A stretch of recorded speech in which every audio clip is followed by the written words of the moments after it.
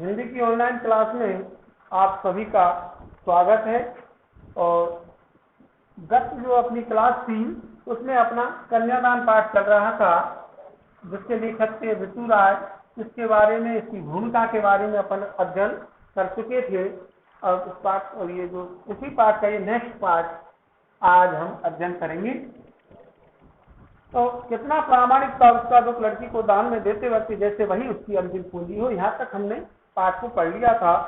लड़की अभी सयानी नहीं थी, अभी इतनी भोली सरल थी कि उसे सुख का आभास तो होता था, लेकिन दुख वासना नहीं आता था। दोस्तों, इसका मतलब सीधा सा है कि लड़की अभी सयानी नहीं थी, लड़की अभी इतनी बड़ी नहीं हुई थी।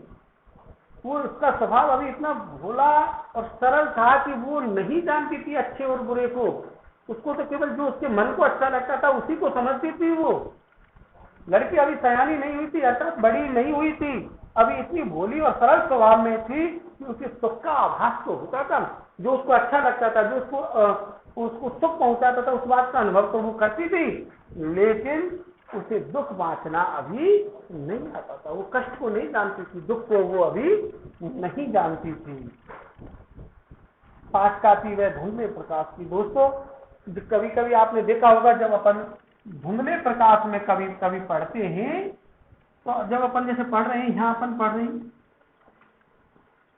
यहाँ धुंधला प्रकाश है और यहाँ अपन पढ़ रहे हैं बैठ करके, तो धुंधले प्रकाश में कभी तो कुछ अक्षर अपन को साफ दिख जाते हैं और कभी कभी साफ। जैसे ये लौ जो ऊपर जल रही होती है प्रकाश की, कि कभी इधर उधर हुई, हवा का झोंका आया, तो हमको वो मतलब जो अक्षर जो होते हैं जिसको अपन पढ़ रहे होते हैं, वो शब्द कभी तो साफ दिख जाते हैं, कभी साफ नहीं दिखते हैं। यानी कि जब लौ इधर उधर होती है तो हमको वो क्या कर देती है, भ्रमित सी कर देती है। प्रैक्टिकली बात है। तो उसी बात का यहाँ पर कवि ने उसी बात को यहाँ रखा है कि पाठकाती वह धुंधले प्रकाश की कुछ तर्कों और कुछ लयबद्ध पंक्तियां कि पाठिका यानी पढ़ने वाली थी वह धुंधले प्रकाश। धुंधले प्रकाश का मतलब कुछ को तो सही से समझ पाती थी और कुछ को सही से नहीं समझ पाती थी। कुछ चीजों को तो वो समझ लेती थी और कुछ को वो समझ नहीं पाती थी। कुछ तर्कों और कुछ लयबद्ध पंक्तियों की, तो कुछ तर्कों और कुछ लयबद्ध पंक्तियों की। लयबद्ध का मतलब सुरताल से युक्त तर्क, यानी कि तर्क वितर्क जो होता है, तो उसके बारे में बताया है लेखक ने कि जो वो लड़की थी वो अभी सयानी नहीं हुई थी, उसको सुख अच्छे लगते थे, दुखों को वो वासना नहीं जानती थी। और वो धुंधले प्रकाश की पाठता थी कि जिस प्रकार धुंधले प्रकाश में कुछ बातों को हम समझ पाते हैं और कुछ को नहीं समझ पाते, यानी कि भ्रमित की स्थिति हमारी हो जाती है। तो यही बात यहाँ कि कुछ तर्कों और कुछ लयबद्ध पंक्तियों की पाठता तो वो थी, लेकिन किसके समान थी, वो धुंधले प्रकाश के समान थी। कुछ चीजों को वो समझ पाती थी और कुछ को वो समझ नहीं पाती थी। माँ ने कहा पानी में झांक कर अपने चेहरे पर मत लीजिए। बहुत बड़ी बात है, व्यंग है दोस्तों यहाँ पर कि माँ ने कहा पानी में झांक कर, अर्थात अपने स्वरूप को देख करके, पानी में या दर्पण में कहीं भी अपने चेहरे को देख करके अपने आप पर बीज मत जाना कि मैं तो औरत हूँ, मैं बहुत सुंदर हूँ, मैं युवती हूँ। तो इस बात को कह रही है माँ ने कहा पानी में झांक कर अपने चेहरे पर मत रीझना, अपने आप पर मत रीझना। आग जो होती है वो रोटियां सेकने के लिए होती है, जलने के लिए नहीं। आग का उपयोग क्या है कि वो हमारे किसी न किसी काम के लिए आए, उपयोग में आए।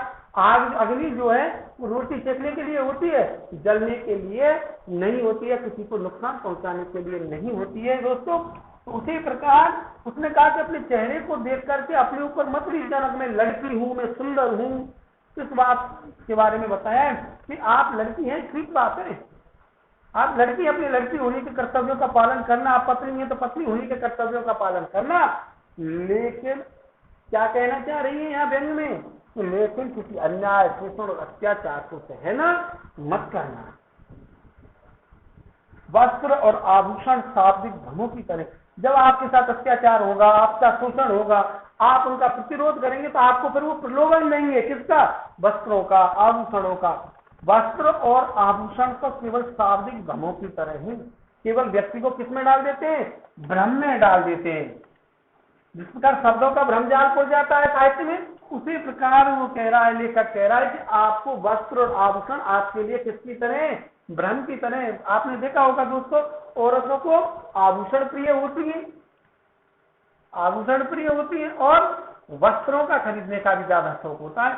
तो अभी किसी की कोई पत्नी है, किसी बात को लेकर के नाराज हो जाती है, तो उससे कह दो कोई आभूषण बनवा देंगे, वो झट से खुश हो जाती है।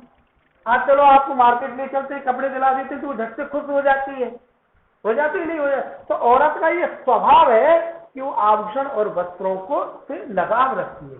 तो वो माँ उसको समझा रही है कि वस्त्र और आभूषण जो है शाब्दिक धमों की तरह है, और ये बंधन है स्त्री जीवन के। ये क्या है, बंधन है। क्यों कि आप इनके बंधनों में बन जाती हो, और उसके बाद जो आपके साथ अत्याचार हो रहा है, अन्याय हो रहा है, या आपके साथ जो गलत व्यवहार किया जा रहा है, उसका विरोध आप नहीं कर पाती हो। माँ ने कहा लड़की होना पर लड़की जैसी दिखाई मत देना। माँ ने कहा कि लड़की होना, लड़की के समस्त कर्तव्यों का पालन करना, लेकिन लड़की जैसी दिखाई मत देना। लड़की जैसी दिखाई मत देने का तात्पर्य वही बात बार बार आती है कि आपके विरुद्ध यदि कोई अन्याय अत्याचार या आपके सामने ऐसी कोई बात आती है, तो उसका खुल करके विरोध करना। एक बार पुनः में आपको एक बार और समझाने का प्रयास करता हूँ कि कितना प्रामाणिक था उसका दुख लड़की को दान में देते वक्त, जैसे भली उसकी अंतिम पूंजी हो। माँ जब अपनी पुत्री का दान करती है तो उसके दुख की किसी दुख को बांटने के लिए, दुख को उसके दुख को महसूस करने के लिए किसी प्रमाण की आवश्यकता नहीं होती। उसको असीमित दुख होता है, जिस प्रकार कि मानो वही उसकी क्या हो, अंतिम पूंजी हो। लड़की जो है अभी सयानी नहीं, इतनी समझदार नहीं है, और उसका बच्ची का जो स्वभाव है, उस समय जब अपन शादी वगैरह करते हैं, उस समय उसका जो स्वभाव है वो भोला और सरल होता है। उसे सुख का आभास तो होता है, उसको जो अच्छा लगता है उसका आभास तो होता है, लेकिन उसको दुख बांटना अभी नहीं आता। वो धुंधले प्रकाश की पाठता होती है, कुछ लयबद्ध पंक्तियां तर्कों को या उनको समझ पाती है, और कुछ को वो नहीं समझ पाती। माँ ने कहा पानी में झांक कर अपने चेहरे पर मत रीझना। माँ कह रही है अपने स्वरूप को देख करके मत रीझ जाना कि मैं इतनी सुंदर हूँ, मैं स्त्री हूँ, मेरे पास ये बहुत सुंदर आभूषण है, मेरे पास ये बहुत सुंदर कपड़े हैं।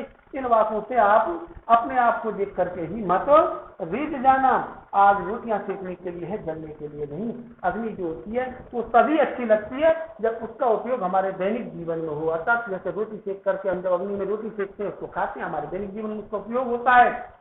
लेकिन उसी अग्नि में यदि हम हाथ को दे दें, वो हमको जला दे, तो हमको नुकसान पहुंचाती है, तो तब हमें अग्नि अच्छी लगती है क्या? नहीं लगती।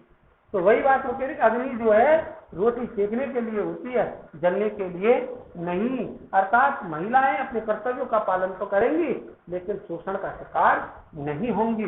वस्त्र और आभूषण शाब्दिक भ्रमों की तरह होते हैं दोस्तों, ये स्त्री जीवन के बंधन है। माँ ने कहा लड़की होना पर लड़की जैसी दिखाई मत देना। माँ ने कहा अपनी पुत्री से कि बेटी लड़की होना, अपने कर्तव्यों का पालन करना निश्चित रूप से, लेकिन लड़की जैसी दिखाई मत देना। कैसे दिखाई देना? लड़कों की तरह दिखाई दो, प्रतिकार करो, गलत जो हो रहा है उसका प्रतिकार करो, अत्याचार हो रहा है, शोषण हो रहा है, उसका विरोध करो। तो यही शिक्षा माँ अपनी पुत्री को देती है। और वर्तमान परिप्रेक्ष्य में अपन देखते हैं तो दोस्तों, ये शिक्षा जो माँ दे रही है ये हमें काफी प्रासंगिक लगती है। वर्तमान समय में महिलाओं के साथ बहुत अत्याचार किया जाता है, उनका शोषण किया जाता है। तो उन बातों को यदि हम देखते हैं तो ये शिक्षा बहुत ही वर्तमान समय में प्रासंगिक है और ठीक है। ये आपका कन्यादान पाठ है दोस्तों। धन्यवाद।